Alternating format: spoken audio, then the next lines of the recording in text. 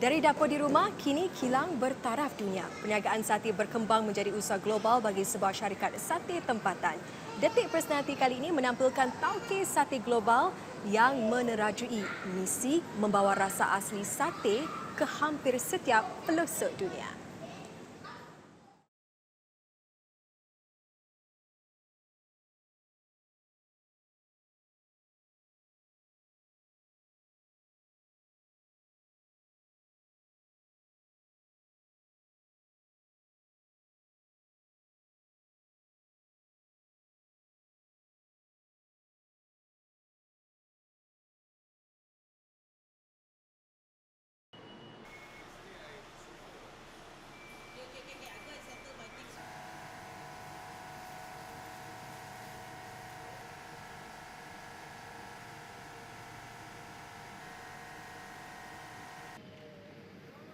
Selamat datang inilah production room kita lah kan Jadi kalau you can see ni macam cold room juga tau.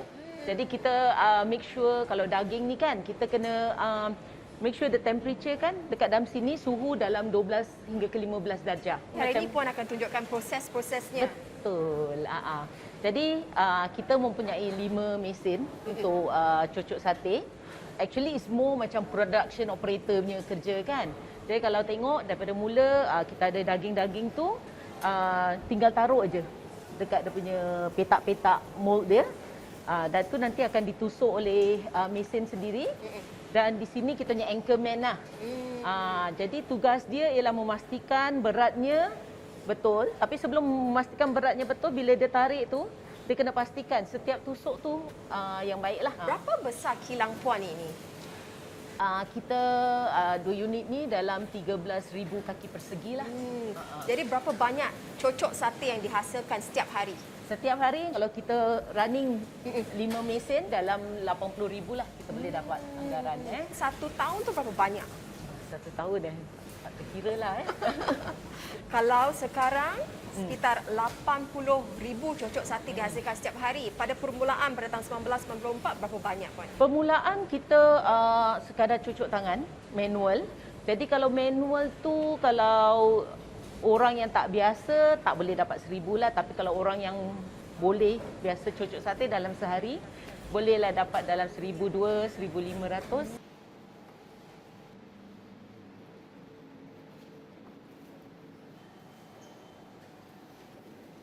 Kalau Nur Syah perhatikan pada hari ini kita semua yang kita buat ni semua ayam kan, sate ayam. Jadi memang kalau kita ada HACCP, ISO 20000 dan FSSC. Jadi kita mesti ikutlah dia punya SOP kan. Maknanya kita tak boleh campur adukkan lah. Tak boleh bikin ayam, kambing, lembu semua.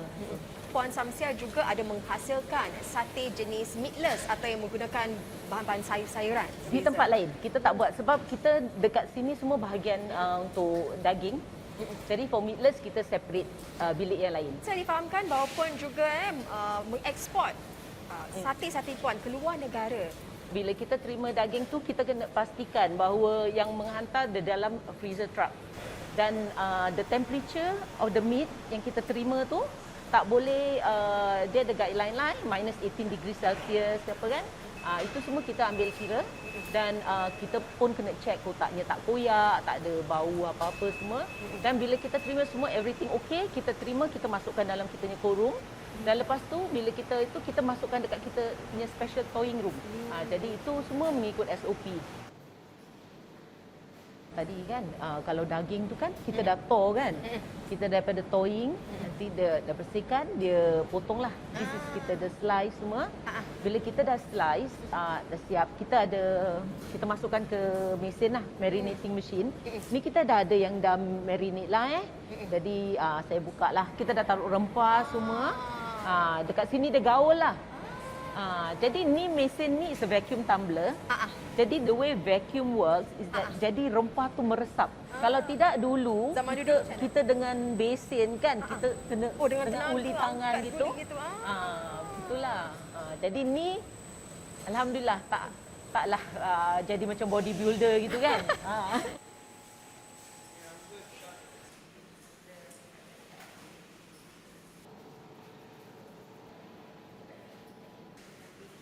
Ini Ini kira-kira pada tahun 1994 berapa ramai pekerja dan kini berapa ramai pekerja, Puan? Bila kita mula, saya mula hanya saya, mak mertua saya, laki saya jadi driver. Jadi Keluarga saja. Keluarga saja. Dan lepas tu kita ada lagi satu orang pekerja dan tambahlah.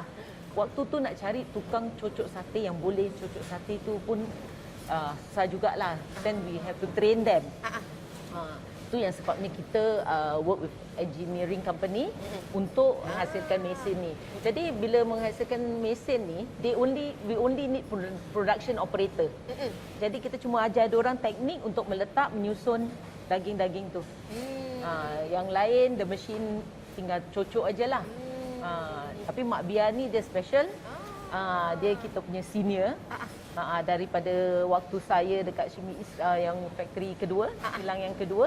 Jadi on and off dia mestilah sama. Ni saya lihat Mak Bia cocok sate secara tradisional.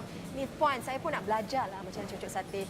Boleh. Kalau nak belajar ni harus belajar daripada yang second generation. Saya kenalkan dengan mak mertua saya, Hajar Saimah.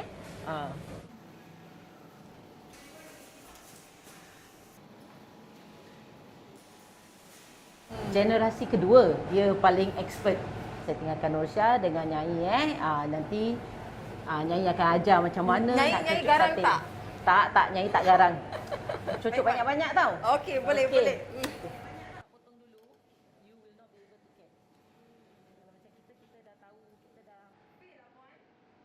Ini orang makan kenyang ni.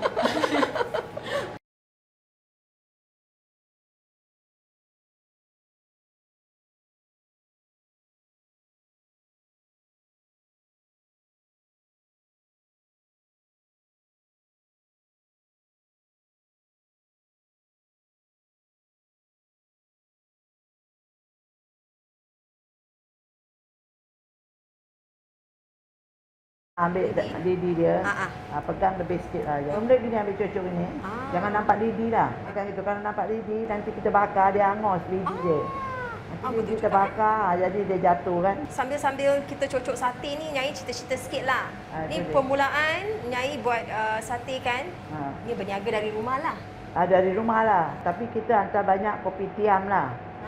Kopi tiam, habis kalau ada kawan-kawan order buat party, function ke apa kan.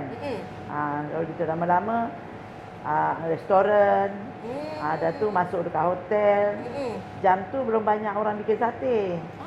Kita je baru bikin sate. Puan Samsia baru-baru belajar dalam perniagaan sate ni macam mana? Rajin dia. Habis lama-lama saya pun banyak kerja kan. Dia datang dia tolong cucuk sate. Lama-lama dia tengok saya buat semua, dia bikin. Jadi saya kata saya dah, suami saya cakap dia dah tua, dah malas lah nak bikin, penat banyak kerja kan. Jadi dia kata dia nak ambil order bila dia dah berumah tangga dengan anak saya. Dia kata dia nak ambil alih. Dia kata boleh kalau nak ambil alih ni. Tapi semua nak tahu. Semua dia belajar. Belajar nak buat rempah, dia cucuk ni, daging dia belajar potong. Nyai, kita cakap-cakap ni, Nyai tengok ni saya kalau buat sate ni boleh pas tak Nyai? Boleh pas tapi kebesaran. Kebesaran. Pasal apa kebesaran ni dalam takut tak masak. Jadi dia nak tekan sikit tipis sikit. Jadi masak cepat kan. Ini orang makan kenyang ni. Kita timbang sebab kita selalu QC check, kita tengok berapa beratnya ni tau. Oh ni satu 38 gram. Inilah dalam 14 to 16 gram gitu. Satu cucuk. Jadi ni 38 ni berapa cucuk kita boleh dapat. Jadi lagi satu pun memanglah tak boleh tebal sangat, nanti dah masak. Tak masak dekat dalam. Ini kalau tadi Nyai dah tunjukkan saya cara cucuk sate secara manual ni, nanti saya nak belajar lah macam mana cucuk sate. Boleh. Itu senang aja. Okey Nursha, sekarang kita jadi operator lah pengendali cucuk sate.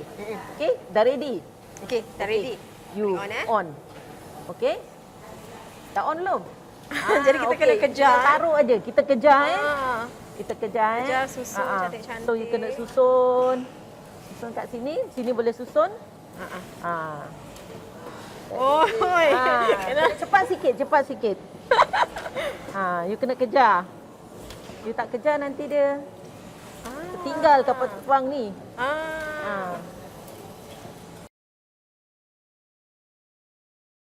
Ni sebenarnya kita speed dah pelankan ni. Jadi kalau dia laju lagi sikit, jadi I kena kejar you punya lah. Jadi you kena cepat juga. Jadi I kejar you punya, kita dah sampai ke hujung. It's not easy tapi insya-Allah kalau dah tiap-tiap hari buat dah mudahlah, senanglah. Nanti bolehlah saya masuk Akademi Sate Puan Samsia.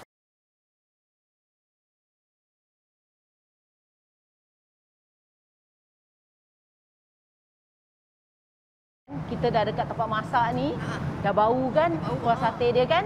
Tak bau kacang kan, bau rempah kan. Itulah, tu satunya lah. Kalau ni kita tempat masak ni, kita ada dua.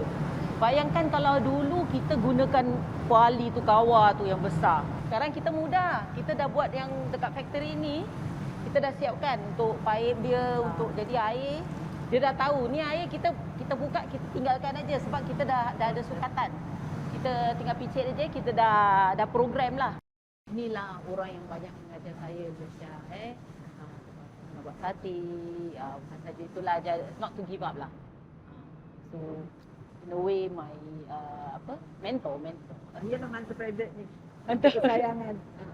Macam apa saya dah ada kalau nak meniaga ni kan, mesti tahan penat. Orang meniaga ni tak ada off, sakit-sakit pun kena buat. Pasal kita dah ambil tempahan orang kan.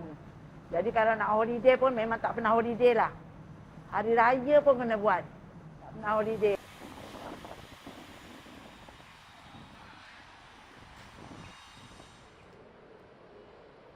Inilah kata orang kan, tempat jatuh lagi dikenangkan, ini pula tempat bermain. Jadi di sinilah Alexandra Terrace, tempat saya membesarlah. Jadi kalau kita masuk Alexandra Terrace ni, dahulunya bangunan ni pasar. Mak saya kalau balik daripada kampung kan, dia pun ada buat jualan sikit lah. Nanti serai lengkuas semua kan. Nanti dijual kepada pengendali kedai di sini yang jual sayur. Kita pun ada pelihara ayam, pelihara itik. Sejak kecil-kecil ni memang meniaga kecil-kecilan bersama dengan ibu jual air batu. Betul. Sebab dekat sini tahulah tinggal dekat kampung kan. Jadi we are not well to do. Jadi untuk menambahlah untuk beli-beli barang semua kan. That is what my mum buatlah untuk supplement my dad's income. Jadi nanti dia bikin air batu Malaysia. Kita pun harus tolonglah. Kalau you see my mother-in-law macam gitu, my mother pun sama juga. Ini adalah wanita-wanita yang kental, yang berusaha lah. Apa tentang meniaga yang Puan paling suka? Kenapa suka berniaga ni? The challenge. The challenge is there. Every day can be different. Dan itu macam mana kita dapatkan solution. Kalau kita ada perkara yang terjadi kan, bagaimana kita mengatasi masalah tu. Apa yang kita boleh lakukan. It's like wow, very exciting. You learn a lot of things.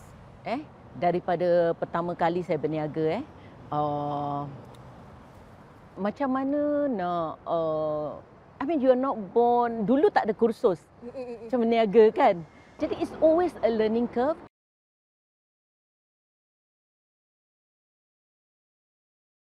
Wah Puan, jauh kita berjalan tadi. Itulah, penat kan saya tiap-tiap hari pergi sekolah, balik sekolah macam ginilah.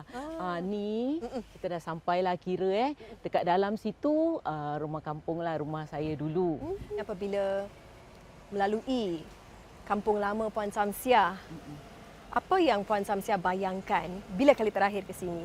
InsyaAllah dah lama, dah begitu lama bila tinggalkan kita salah seorang keluarga lah yang awal jugalah yang keluar berpindah daripada sini kan. Bila fikir balik dulu kecil-kecil jalan, bila hari hujan main longkang, ini semua wah tak terfikirlah, tak terbayanglah akan datang kembali, tengok banyak dah berubah. It's really different lah. Apa yang membuat tempat ini rasa begitu saya bagi Puan? Dulu masa kita Kecil-kecil kita susah lah tapi rasa gembira lah sebab walau apa pun alhamdulillah kehidupan dulu dan kehidupan sekarang berbeza. Alhamdulillah sekarang macam anak-anak dah apa diorang nak dapat, dah diorang nak kan mudahlah. Bagi kita susah sikit, payahlah sebab kita tahu macam mana ibu bapa kita nak cari wang gitu kan. Jadi bila saya sendiri perniagaan saya kan, saya tak ada macam cepat menyerah dan sebagainya. Cepat menyerah. Dan sebagainya. I always feel that there is a way to it. There's always a solution to it, insya-Allah. Jadi kita cuma cari jalan tu. Mungkin tak sekarang, it may not be immediate, tapi kita cekalkan cekal diri kita, insya-Allah lah. Perjalanan yang sungguh bermakna yang mengentalkan diri Puan Samsia menjadikan Puan Samsia Tauke Sate Global hari ini. Alhamdulillah.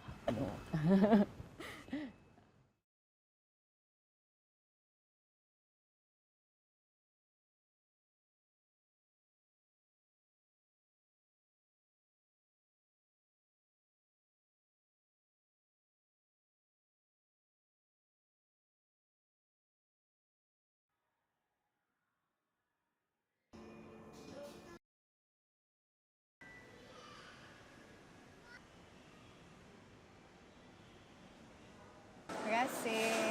Terima kasih. Inilah sate kita. We have the chicken satay. This will be, kalau tengok sama kan actually kan, tapi beza dia ni sate kambing, ini sate lembu. Kalau tengok tak tahu kan. Macam magic gitu, macam mana tahu.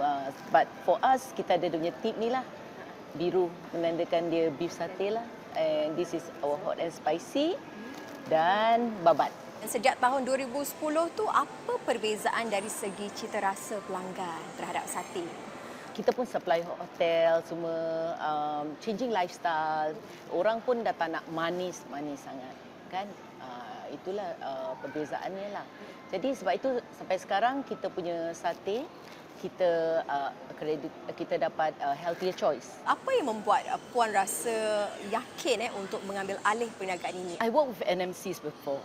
Jadi macam bagaimana production is done, you can see tahu waktu tu there's no manufacturer, supplier of sate. Waktu tu most buat daripada rumah ataupun dekat warung, dekat gerai. Jadi daripada situ saya tengok okay, there is a possibility, there is opportunity untuk supply to hotels dan juga caterers, restoran, kita buat style kecil-kecilan lah. 80,000 cucuk sate yang juga untuk ekspor ke luar negara.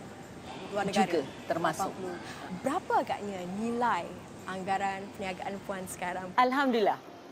Rezeki. There is a lot of increment lah. In terms of kita punya output, it's a lot of hard work. Sepanjang 30 tahun, pastinya setiap perniagaan perlu melalui banyak liku-liku. Dari sudut Jumain Sate sendiri bagaimana? Every journey memang ada banyak challenges lah. For me, selalunya biasanya saya ada plan A, plan B, plan C juga.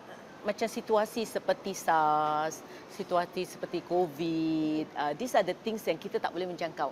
Tapi kalau kira COVID is a different thing. Kalau macam it affects Asli Village, tapi alhamdulillah for factory life goes on lah. Strategi perniagaan Puan, saya kiranya Jumain Sate ini merupakan pengeluar sate utama ataupun terbesar di Singapura. We like to say kita back end support tau. Walaupun locally juga kita back end support. Orang tak kenal, orang cuma tahu this sate here dekat apa restoran ni sedap. Ataupun sate dekat hotel ni sedap. So that is where our strength is. Tapi kalau kita supplier, we are supplying to many. Misalnya daripada mula saya jual sate, one of our customers, Old Chunky, buat kolaborasi dengan mereka lah untuk menjual sate di setiap gerai mereka. Dan F1 semenjak dia datangkan ke Singapura kan, naik race kan. Jadi alhamdulillah kami berpeluang untuk mempromosikan makanan daripada Singapura ni, sate lah. One of our customers, kalau kata Hooters. Hooters is an American brand, franchise. Tapi diorang ada sate di menu daripada mula. From the time they start in Singapore.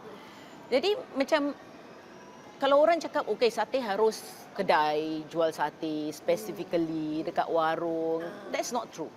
Tak semesti dengan lontong ataupun ketupat. Secara konvensional saja. Yeah. So for us, kita try to give ideas, kita try to help them on that side. You have to look at the bigger picture lah. So you tengok macam Middle East juga. Dulu mula-mula saya exhibit dekat itu macam terperanjat jugalah ya kan. Tapi sekarang dah tak, sebab a lot more people travel and diorang dah tahu makanan Asia macam mana kan. Baru-baru ini memeterai perjanjian ataupun MOU dengan pemerintah di Arab Saudi. Jadi apa makna atau kepentingan perjanjian ini? Our PM datang ke Arab Saudi mengenai MOU dan yang recently delegasi kami mengikut Minister Mas Agus, kami dapat berpeluang lah untuk berjumpa dengan SFTA. Ia memudahkan untuk kami menghantar sate ke Arab Saudi.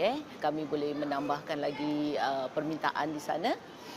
Bukan saja daripada sini, kita mungkin akan membukalah satu di sana.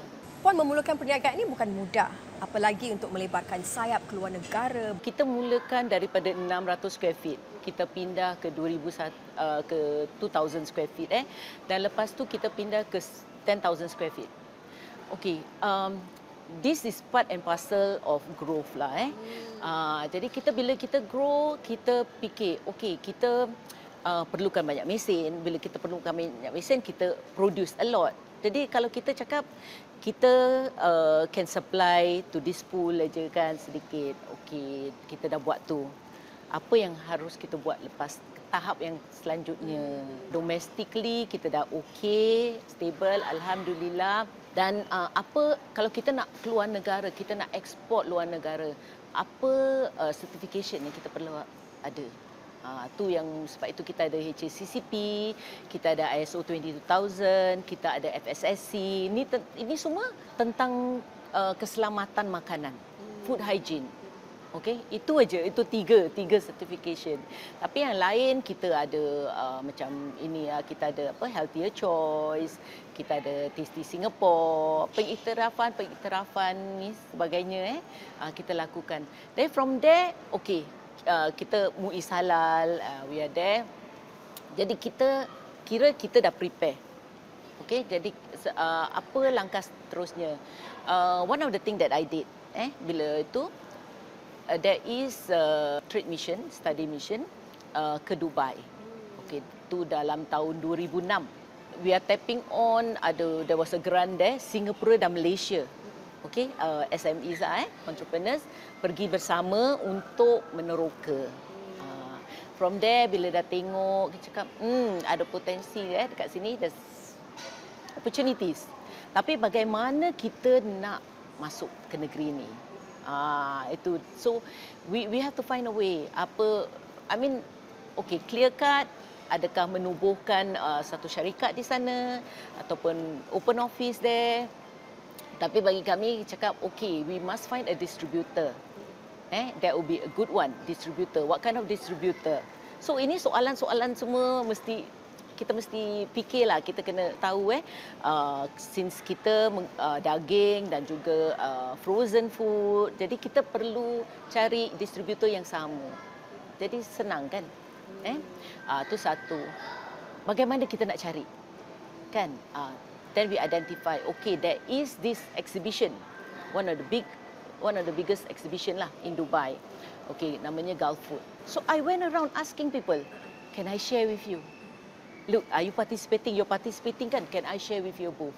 So alhamdulillah, I get somebody who's willing to share booth with me. Tu mulanya lah 2007. Kita exhibit di Gulf Food lah di Dubai. So we have been exhibiting sampai sekarang lah.